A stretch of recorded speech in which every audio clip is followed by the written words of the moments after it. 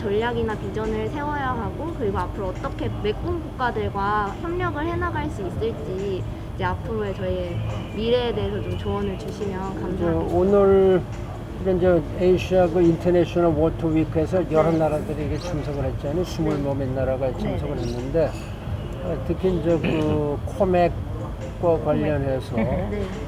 관련된 나라들하고 네.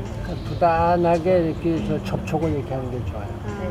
그러니까 그 유관 기관이 있잖아요. 네, 유관 있습니다. 기관. 네. 유관 기관들하고 어떤 뭐 정기적이든 비정기적이든 이런 역할을 하고 유관 기관들하고 늘 아주 관계를 잘 이렇게 갖고 밀접하게. 밀접하게 갖고 있는 게 네. 좋고 그다음에 이제 좀 유엔이 정한 그 서스테이너블 디벨롭먼트 골스도 네. 있고 네, 이제 SDG. 클라이밋 체인지 어그리먼트도 있잖아요. 네.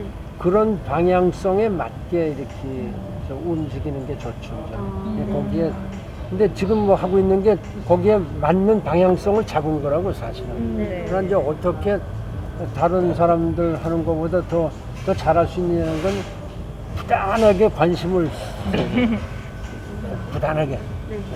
그 주변 지역의 나라들에 대해서도 알고 사람에 대해서도 알고 그런 게 이제 필요할 거예요. 그러니까 좀 이제 창의성을 가지고 이렇게 쭉 하고. 뭐 속에 생각한 게 바로 이 그 관련 지역 사람들하고의 끝없는 그런 이제 커넥션 유지라든지 그렇고 지금 또 총장님 말씀을 그런 과정에서 발품을 팔아라.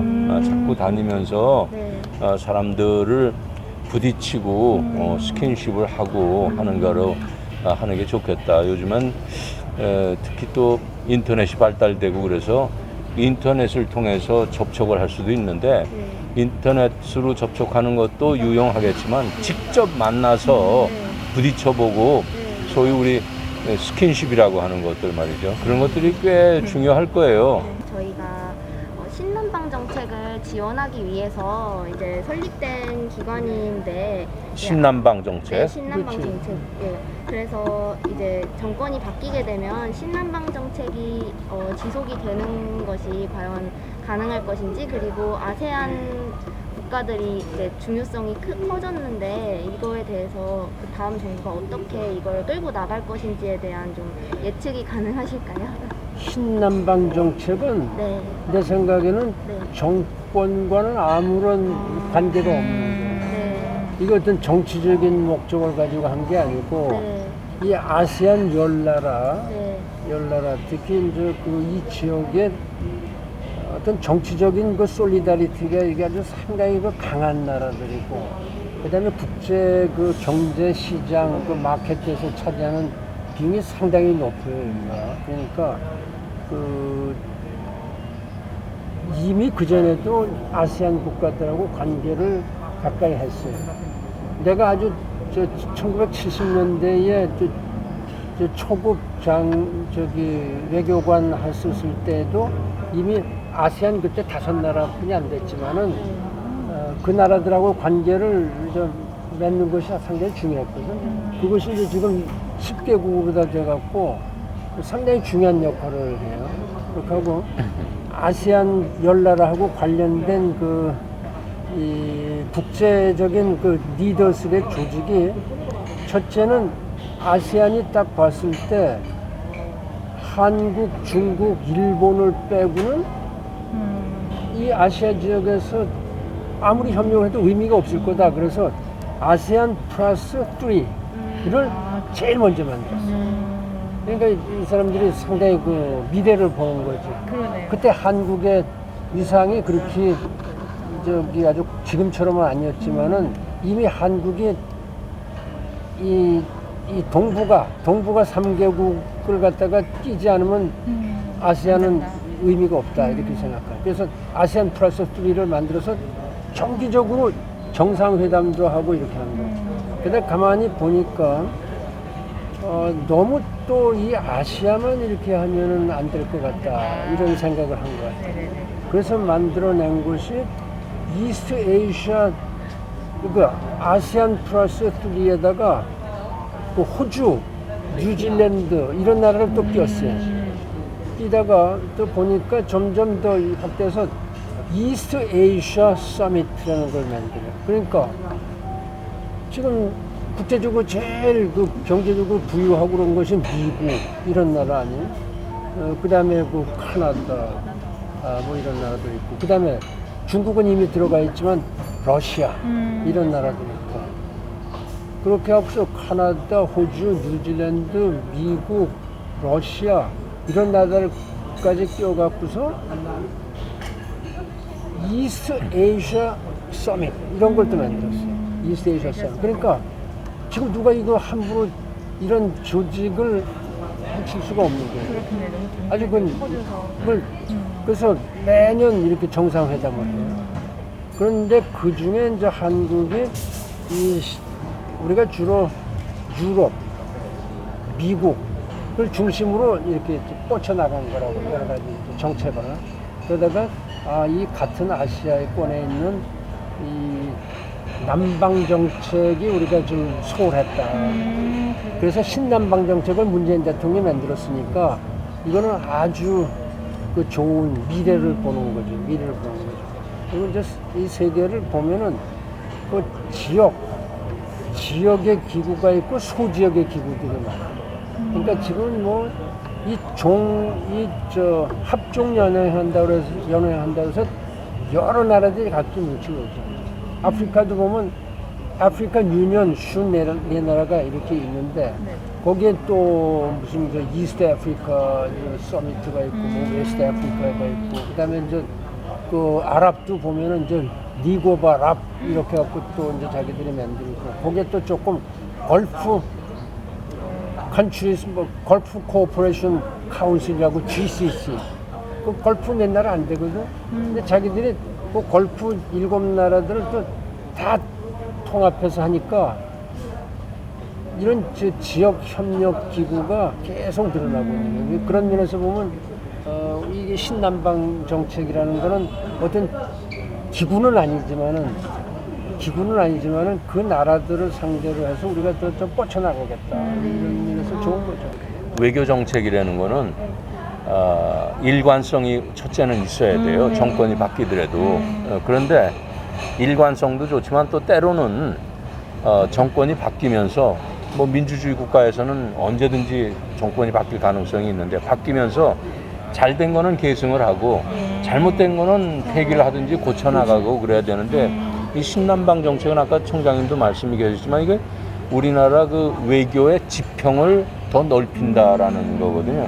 그동안은 이제 미국이나 선진국들 또는 동북아에서만 있었다가 이제 지금 새로이 동남아 쪽으로다가 해서 거기에 이제 새로운 모멘텀을 뭐 준다라고 그러는데, 마침 국제 정세에 있어서도 이제 유럽은 가고 이제 아시아 태평양 시대가 왔다. 그래서 또 요새는 또 달리해서 인도 태평양 시대다, 인태 시대다라고 하는데, 이 아세안 쪽하고 맞아 떨어지는 겁니다.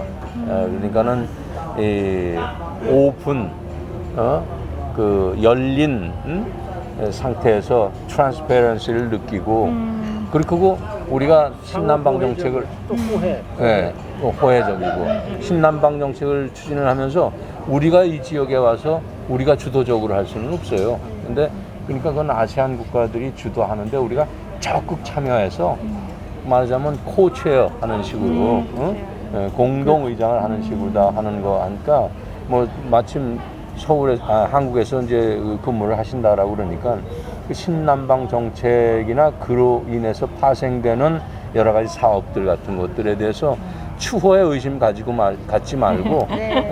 추진해 나가시는 게 저희도 좋겠다고. 확신을 가지고 그렇죠. 하신 것 같습니다. 그거는 저 걱정할 필요가 없어요. 네, 감사합니다. 네, 그럼 저희가 오늘 그 질문을 드리고 싶었는데 시간이 좀 늦어져가지고 네, 오늘 방으로 돌아가서 쉬시면 좋겠습니다. 네, 너무 좋은 말씀 주셔서 아이고. 감사하고요. 아니, 네, 너무 도움이 많이 될 이런 아주 생각을 아주 아이디어를 가지고 자꾸 여러 사람하고 의견 물어보는 게 아주 좋은 거예요. 네, 그래요? 너무 감사드려요, 정말. 네, 좀 열심히 하시고. 네, 감사합니다. 감사합니다.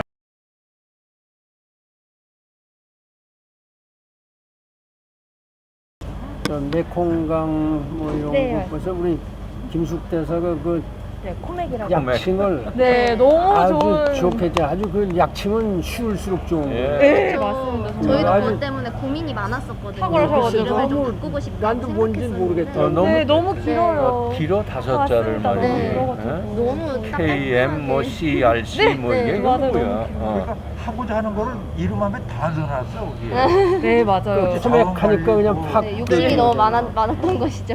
다들 친근하게 이해하실 것 같아요. 맞아요. 기억해주시고. 아, 그런 거 고쳐야 되니까. 이 물이라는 게 강이라는 것이 이제 여러 나라를 거쳐가는 강은 네.